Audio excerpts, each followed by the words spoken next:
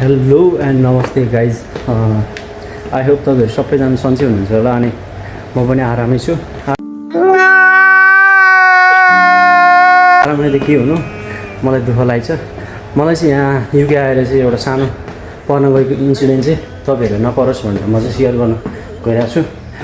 Video लास्टसम्म हेरेर चाहिँ साथ दिनु होला, किनकि तपाईँलाई पनि काम लाग्न सक्छ।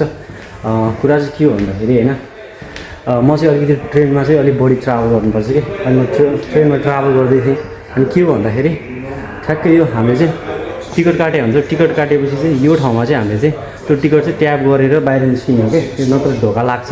ढोका लागे हुन्छ, अहिले चाहिँ यो राति भएर चाहिँ बन्द छ होइन, फेरि खुल्ला छ। अनि यहाँ चाहिँ ढोका लागे हुन्छ। अनि त्यतिखेर म ट्याप गर्दैछु, यतिकैमा के भन्दाखेरि यतापट्टि 2-3जना अफिसर केटाहरू थिए होइन काम गर्ने। अनि त्यसले चाहिँ बोलायो मलाई होइन।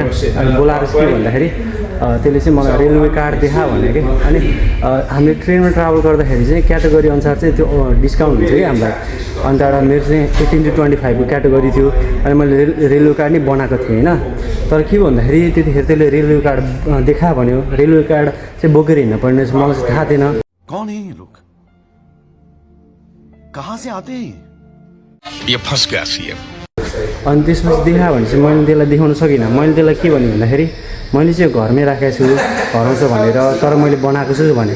त्यतिकैमा त्यसले अर्को केटालाई बोलायो होइन। अनि अर्को केटाले आएर के भन्यो भन्दाखेरि मलाई तैँले रेलवे कार्ड चाहिँ कहाँ बनाएको हो भन्यो होइन। अनि मैले चाहिँ रिडिङमा बनाएको हो भने। अनि त्यतिकैमा उसले चाहिँ मलाई चाहिँ बुझ्न खोजेर चाहिँ योसँग रेलवे कार्ड छ कि छैन भनेर। अनि के अरे रेलवे कार्ड चाहिँ अनि कतिमा बनाइस् भने त्यसले होइन। अनि मैले चाहिँ 35 पाउन्डमा बनाएँ भने। अनि त्यसपछि त्यसले फेरि कस्तो कलरको हुन्छ रेलवे कार्ड भने। अनि फेरि मैले ओरेन्ज कलरको हुन्छ भने, बाहिर ब्लू कलरको हुन्छ अनि भित्र चाहिँ ओरेन्ज कलरको हुन्छ भने। अनि त्यतिकैमा उसले त्यो उसलाई चाहिँ त बुझेन। अनि फेरि अर्को लेडी अफिसर हुनुहुन्थ्यो, उहाँलाई चाहिँ बोलायो उसले होइन। अनि उहाँले आएर चाहिँ मलाई के भन्न थाल्नुभयो भने फेरि रेलवे कार्ड छैन तसँग यताउति भन्न थाल्नुभयो। मसँग छ, मैले चाहिँ हराउँछ भनेर चाहिँ यो नबोकेको, मलाई थाहा थिएन क्यारी गर्नुपर्छ भनेर भने।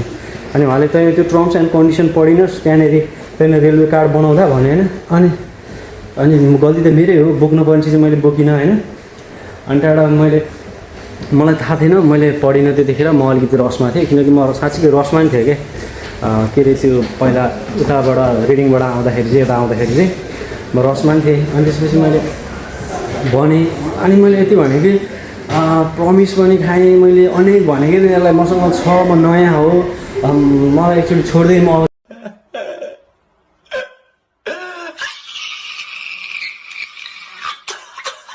देखि बोक्छु। अब फेरि नयाँ टिकट काट्दा मेरो त 21 पाउन्ड जान्छ।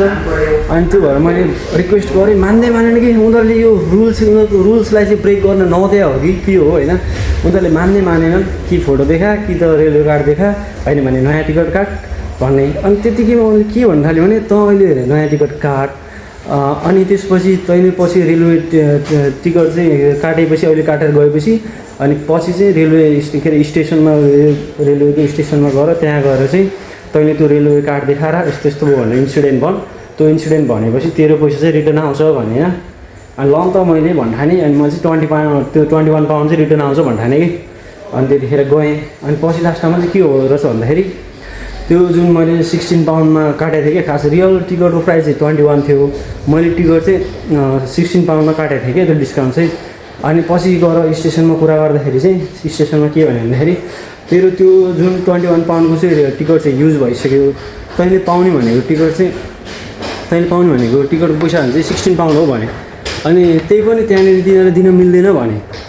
अनि त्यहाँबाट तैँले त्यो मैले चाहिँ एपबाट चाहिँ टिकट काटेको थिएँ, तैँले त्यो एपमै गएर चाहिँ कस्टमर सर्भिस भन्ने ठाउँमा गएर चाहिँ तैँले चाहिँ कुरा गर्नुपर्छ भने। अनि त्यतिकैमा नि मैले त्यहाँ छोडिदिएँ, ल त भनेर गएँ। त्यसपछि मैले ट्रेन पाल भन्नेबाट टिकट काटेको थिएँ। मैले त्यहाँ गएर के अरे कस्टमर सर्भिसमा गएर चाहिँ कुरा गरेँ। अनि त्यतिकैमा कुरा गरेपछि फेरि यिनीहरूले के भने है, तेरो 1 वेको टिकट चाहिँ युज भइसकेको छ, तेरो चाहिँ 1 वेको मात्र आउँछ भने। मैले चाहिँ 2 वेको टिकट काटेको थिएँ। अनि यहाँ रेलवेको चाहिँ के हुन्छ भन्दाखेरि तपाईँ 1 वेको टिकट काटे नि उति नै पैसा हुन्छ, 2 वेको टिकट काटे नि उति नै पैसा हुन्छ क्या। अनि मैले 2 वेको नि टिकट काटेको थिएँ। अनि त्यसपछि के भयो भन्दाखेरि अनि अब त्यसपछि कस्तो पुरै बिर्सिहाल्यो मैले बोल्दा बोल्दै।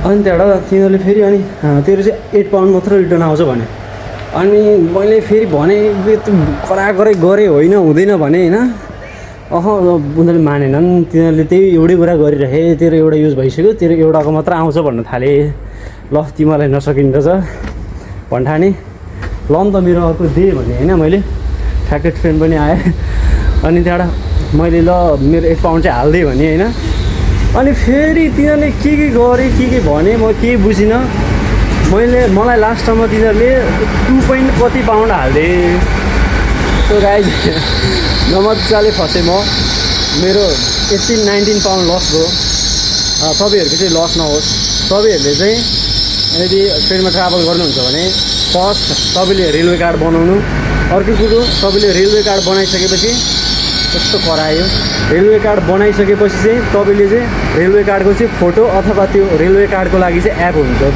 पनि हुँदो रहेछ त्यो एपमा चाहिँ तपाईँले टक्क लाएर राख्नु होला र कहिलेकाहीँ चेकिङ गर्छ रेगुलर त्यो चेकिङ गर्दैन रेलवे कार्ड होइन अनि जस कहिलेकाहीँ चाहिँ त्यो चेकिङ गर्दो रहेछ ट्रेनमै पनि चेकिङ गर्दो रहेछ त्यो इन्सिडेन्ट भइसकेपछि मलाई त्यो ठ्याक्कै 1 दिन पछाडि ठ्याक्कै ट्रेनमा पनि चेक गरिरहेको छ कि अनि त्यहाँबाट ए साँच्चीकै यसरी चेक गर्दो रहेछ भन्ने कि मैले चाहिँ त्यतिखेर चाहिँ त्यसले यत्तिकै ऱ्यान्डम मलाई चाहिँ यत्तिकै समाते यसले भने जस्तो लागेको थियो त्यो चाहिँ साँच्चीकै चेकिङ गर्ने त्यो चाहिँ चाहिने बोकेर हिँड्नुपर्ने कार्ड रहेछ गाइस त्यही भएर तपाईँहरू चाहिँ नफस्नु होला रेलवे कार्ड बनाउनु होला डिस्काउन्ट हुन्छ र रेलवे कार्ड चाहिँ बोकेर हिँड्नु होला आजको भिडियो यति नै अरू कुरा अर्को भिडियोमा गर्दै गरौँला हस् धन्यवाद